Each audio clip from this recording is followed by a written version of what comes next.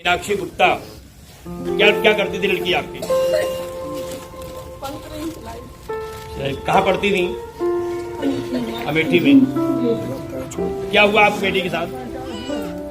लड़की वहाँ सिलाई सेंटर में गई सिलाई सीखने के लिए। वहाँ से तौफीक नाम का लड़का यूँ लड़की आ नहीं जाती, तब तक विश्वास नहीं होता। हमें आप क्यों बुलाई? क्या चाहते हैं हमसे आप? सर हम यही चाहते हैं हमारी लड़की हमारे वाले हो जाए। आप लड़की आपको आप प्रशासन में विश्वास नहीं था इसलिए आपने मुझे बुलाया? जब विश्वास नहीं प्रशासन पे आप, ठीक, अब बैठ।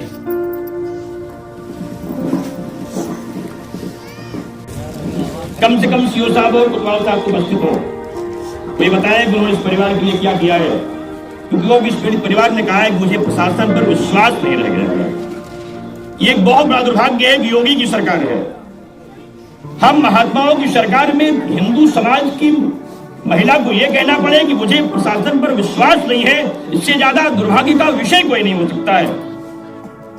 मतलब प्रशासन के प्रति अविश्वास की भावना पैदा होना कहीं ना कहीं से मेरे समाज के लिए और मेरे देश के लिए और उत्तर प्रदेश के लिए बहुत दुर्भाग्यशाली विषय है, जहां पर देश के माननीय प्रधानमंत्री जी कहते हैं कि सबका विकास सबका विश्वास, वहां अगर विश्वास ही समाप्त हो रहा है तो कितना बड़ा प्रश्न हो जाएगा। इसलिए मैं चाहूंगा कि माननीय प्रशासन की जिम्मेदार लोग उपस्थित होकर के इस पीड़ित परिवार को मेरे सामने आश्वस्त करें। हुआ इस कार्यवाही में उन्होंने क्या किया है, मैं अपने उद्बोधन को जब समाप्त करूंगा तब तक उन्हें सूचना होनी चाहिए। मेरे सामने एक प्रार्थना पत्र है, इस प्रार्थना पत्र के आधार पर इस परिवार को न्याय मिलना चाहिए। मैं माननीय मीडिया के उपस्थित समस्त पत्रकार बंधुओं से भी चाहूंगा कि एक नारी जब सहायता मांगने लगे तो उसकी रक्षा करना हम सबका धर्म है। यह मेरी बेटी की तरह है, मेरे सामने रो रही है, इसकी एकमात्र इच्छा है इसकी बेटी इसे दी जाए।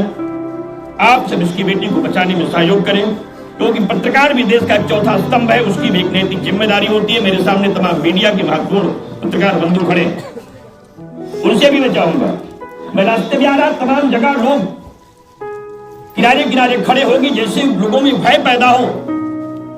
लगता है इस क्षेत्र में लोगों की मानसिकता को इतना दबा दिया गया है, लोग इतना कमजोर हो गए हैं, लोगों की भावनाएं इतनी हताहत हो गई है, लोग अपने समाज के साथ खड़े नहीं होना चाहते।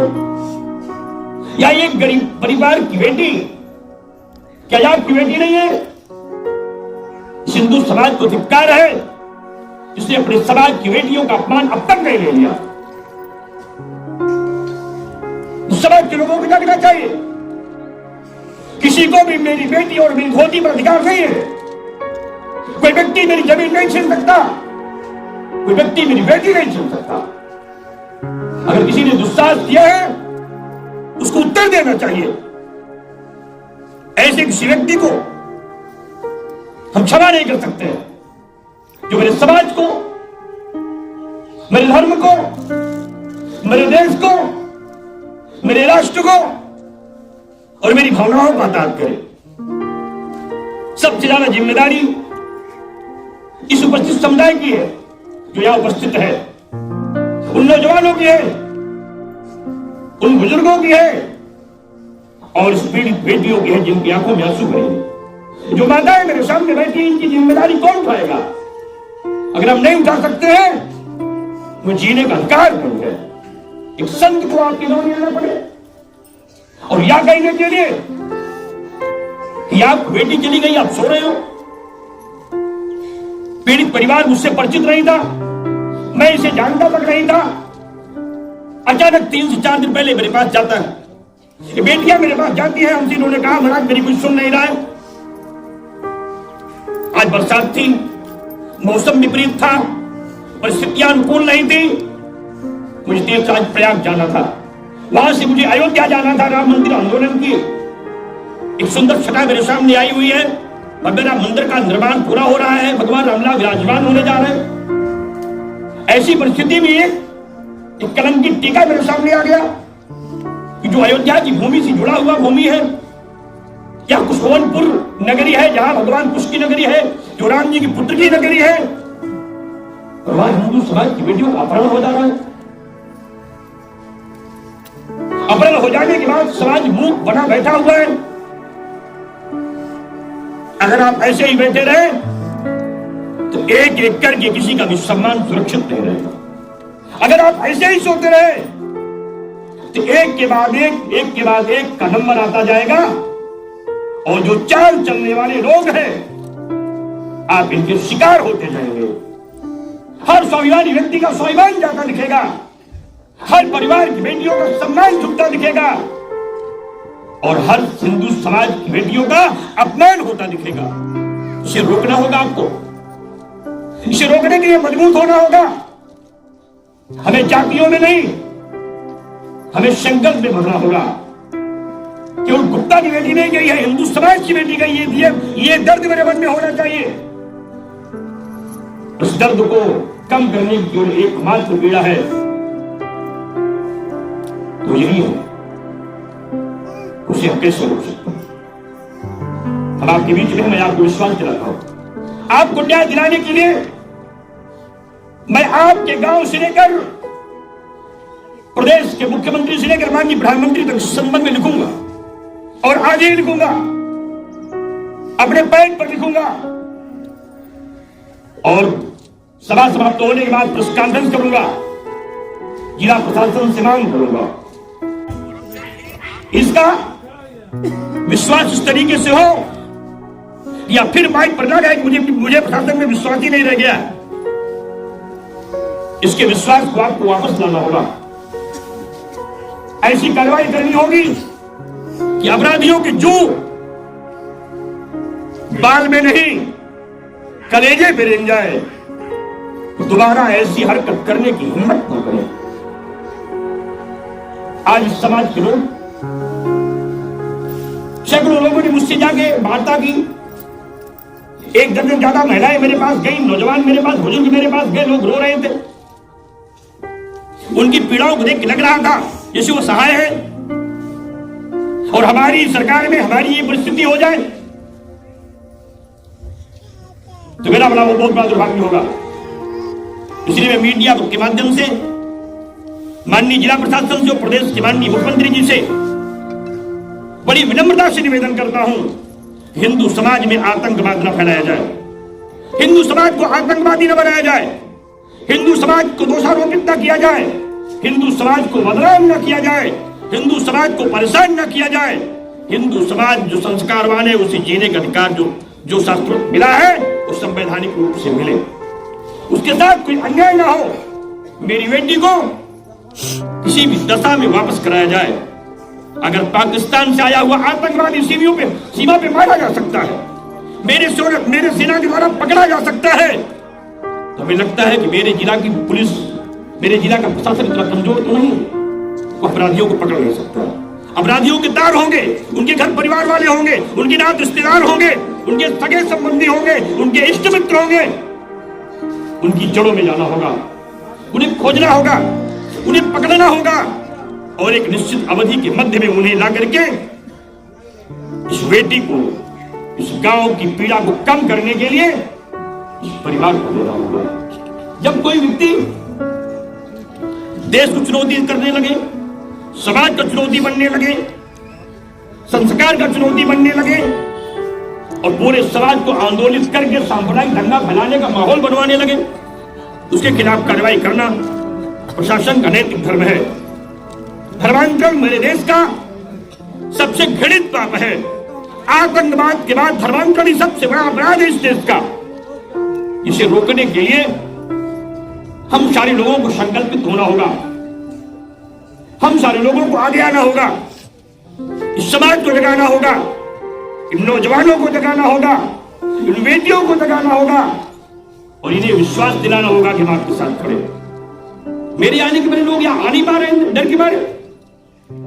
तमाम लोगों ने कहा लोगों में बड़ा भय है, स्वामी जी नहीं जाएंगे, पता नहीं आएंगे नहीं जाएंगे, हम चले जाए, हमको कोई कल गांव में रहने देगा कि नहीं रहने देगा, या भय लोगों में है। बच्चों ने कहा हम लोग बेटी आएंगे तो हमको कल परेशान किया जाएगा। किसी की मां ने दूध नहीं पिलाया है कि मौनी जी महाराज अगर आप गांव आ रहे हो और आप मेरे हमसे मिलने जाओ तो ये आपको गांव नहीं रहने देगा। किसी की हिम्मत नहीं है, जो हिम्मत करेगा उसके हाथ सुरक्षित नहीं रह सकते। महाराज अगर कोई ललकारेगा कि मेरी बेटियां नहीं रहेंगी तो जीवा नहीं रहेंगी।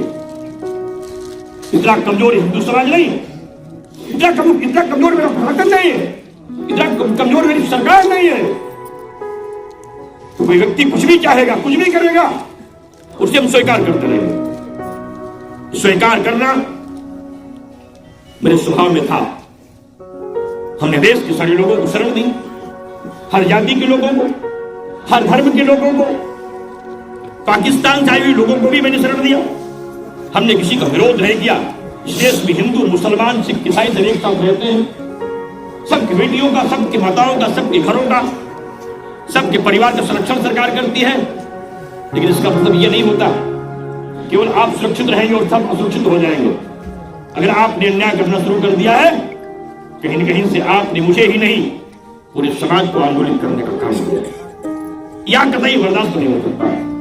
इसे रोकना होगा और इसे रोकने के लिए इतनी संख्या में हम लोगों को घर से निकलना पड़ेगा कि मैं यहां न आऊं, गोसाईगंज तक लोग केवल दिखाई पड़े। जब मैं यहां से निकलूं तो गोसाईगंज तक हर घर, हर परिवार रोड पे आ जाए। अपराधियों को शरण देने वाले और अपराधी पर गांव छोड़ देंगे, अपने विचार बदल देंगे, अपने स्वभाव में परिवर्तन कर लेंगे। आप भयभीत मत होइए। आपकी बेटी नहीं, इस समाज की बेटी है। वो केवल आपकी बेटी नहीं, इस गांव की बेटी है। उसे लाने के लिए पूरा गांव आपके साथ खड़ा है। और मेरा विश्वास है कि अगर वो पानी के अंदर भी अपराधी छिपा होगा तो मेरे आने के बाद प्रशासन कुछ ऐसा करेगा कि आपको दिखेगा कि अपराधी पकड़ा गया। बोलो शिवाजी बाबा की जय, की जय।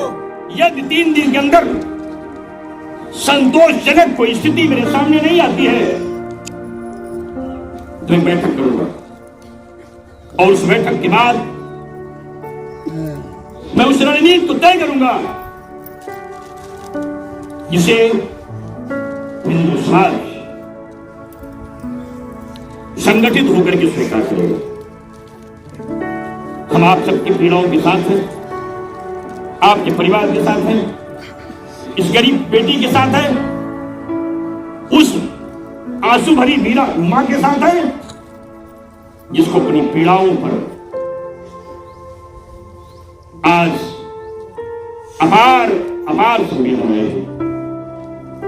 इस समाज को आपकी, हम सबके तथा इस समाज के हर व्यक्ति की उस ऊर्जा की आवश्यकता है जिससे हम सारे लोग इस समाज के लिए कर सके। एक बात बताइए कि आप लोग इतने कमजोर हैं, अपनी बेटी नहीं बचा सकते? कमजोर है कि नहीं? बताइए, हाथ उठाइए। कमजोर है कि नहीं है? कमजोर है। अगर कमजोर नहीं है तो अपराधी की हौसले इतनी बुलंद कैसे हो? अपराधियों को मनोबल ऐसा बढ़ कैसे रहा है? उन्हें रोकने के लिए हम सारे लोगों को जगना होगा। लेकिन जब तक आप ठाकुर के नाम पर, पंडित के नाम पर, बनिया के नाम पर, लाला के नाम पर, धोबी के नाम पर, मुरारी के नाम पर, कुहार के नाम पर, दलित के नाम पर, बैकवर्ड के नाम पर बढ़ेंगे तब तक कुछ नहीं हो सकता है। अगर आप ये मानते कि मेरी भी बेटी है तो हमें लगता है बराज आज पूरा प्रांगण बराज केवल जनमानस से भरा होगा। आप जो गुप्ता की बेटी दिख रही थी, इसलिए आपको दिख रहे हैं तेरे सामने सबकी बेटी है। किसी गरीब की बेटी मेरी भी बेटी है। जब तक ये भाव मन में नहीं बनेगा तब तक देश कैसे बच सकता है? इस देश को बचाने के लिए, इस समाज को बचाने के लिए, इस समाज की पीड़ा को कम करने के लिए, अपनी बेटियों की रक्षा करने के लिए, अपनी गरीब परिवार की बेटियों का विश्वास दिलाने के लिए और इनके इस भ्रम को समाप्त करने के लिए कि पुलिस प्रशासन में मेरा विश्वास नहीं है, यह बात समाप्त करने के लिए हम सबको मिलकर प्रयास करना होगा और प्रशासन को भी अपनी ताकत दिखानी होगी। क्योंकि प्रशासन से ज्यादा ताकत हमको किसी में नहीं है। यदि अपराधी प्रशासन ज्यादा ताकतवर हो जाएगा लगेगा कि प्रशासन कोई मतलब नहीं है, आतंकवादी मेरे देश में अगर प्रवेश करेगा, आक्रमण करेगा, निकल जाएगा, उसके खिलाफ कोई कार्रवाई नहीं होगी, उसका मनोबल बढ़ेगा। उसे हमें रोकना होगा। हम आप सारे लोगों से बड़ी आशा के साथ एक इस आह्वान को पुनः आवाहित करते हैं कि हम लोगों को झगड़ना होगा और इस अन्याय को समाप्त करने के लिए अन्याय करने वालों को मुंहतोड़ जवाब देना होगा। किसी व्यक्ति को क्षमा करना भी बहुत बड़ा अपराध है। हम अहिंसावादी लोग हैं, चींटी को आटा खिलाते हैं, पक्षी को पानी पिलाते हैं, पशु को पानी पिलाते हैं, पेड़ पौधों की पूजा करते हैं, लेकिन हम कायर नहीं, हम नपुंसक नहीं है। अगर कोई ये मांगे कि हम चींटी को आटा खिलाते हैं, हम कमजोरी है, या मेरी कमजोरी नहीं है, या मेरा स्वभाव है। हम हिंसा में विश्वास नहीं करते, लेकिन अगर कोई हम पर आक्रमण करेगा तो हम क्या करेंगे? हम उस आक्रमण का जवाब देने के लिए भी जगेंगे, उस आक्रमण को रोकने के लिए हम आगे आएंगे। अगर आक्रमण होता रहा और आप लोगों ने आक्रमण को नहीं रोका तो आक्रांता आपको समाप्त कर देगा, आपके देश को समाप्त कर देगा, आपके परिवार को समाप्त कर देगा और अंत में आपको समाप्त कर देगा।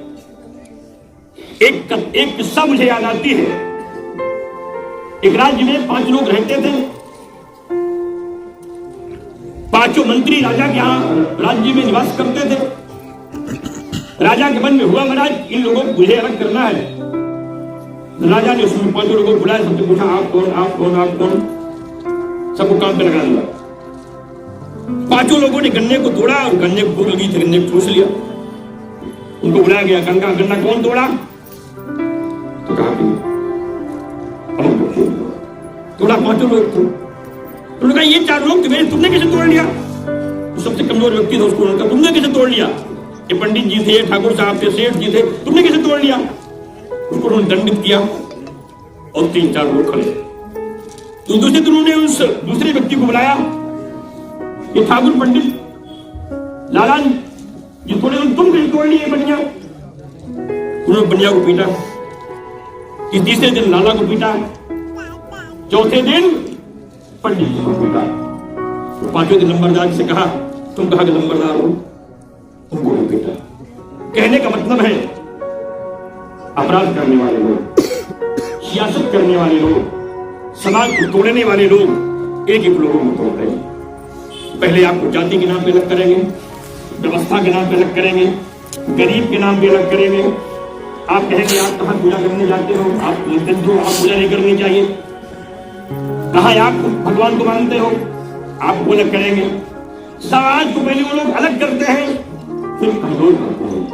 आप कमजोर हो जाएंगे, जातियों में बढ़ जाएंगे, थोड़े थोड़े हो जाएंगे, तो कोई आपकी जमीन दिखा लेगा, कोई आपकी मकान कब्जा कर लेगा, कोई आपकी बेटी उठा ले जाएगा, कोई आप पर आक्रमण करेगा, कोई आपको मारेगा, कोई आपके साथ अन्याय करेगा, कोई अपराध करेगा और कोई आप लोग स्वाभिमान से खेलेगा।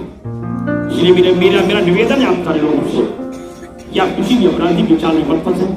था और मेरी बेटी के 35 टुकड़े 36 टुकड़े व्यक्ति ने किया था। कहीं ऐसा तो नहीं कि अपराधी भी यही करने के लिए मेरी बेटी को ले गया हो? मैं प्रशासन को संज्ञान में बात देना चाहता हूं कि अपराधी गण मेरी बेटियों को फंसाते हैं, फिर उनके 35-36 टुकड़े करते हैं, उसको फ्रिज में रखते हैं, कुकर में उबालते हैं और कुत्तों को खिलाते हैं। कहीं ऐसा तो नहीं कि हम मेरी बेटी भी उसी का शिकार हो जाए?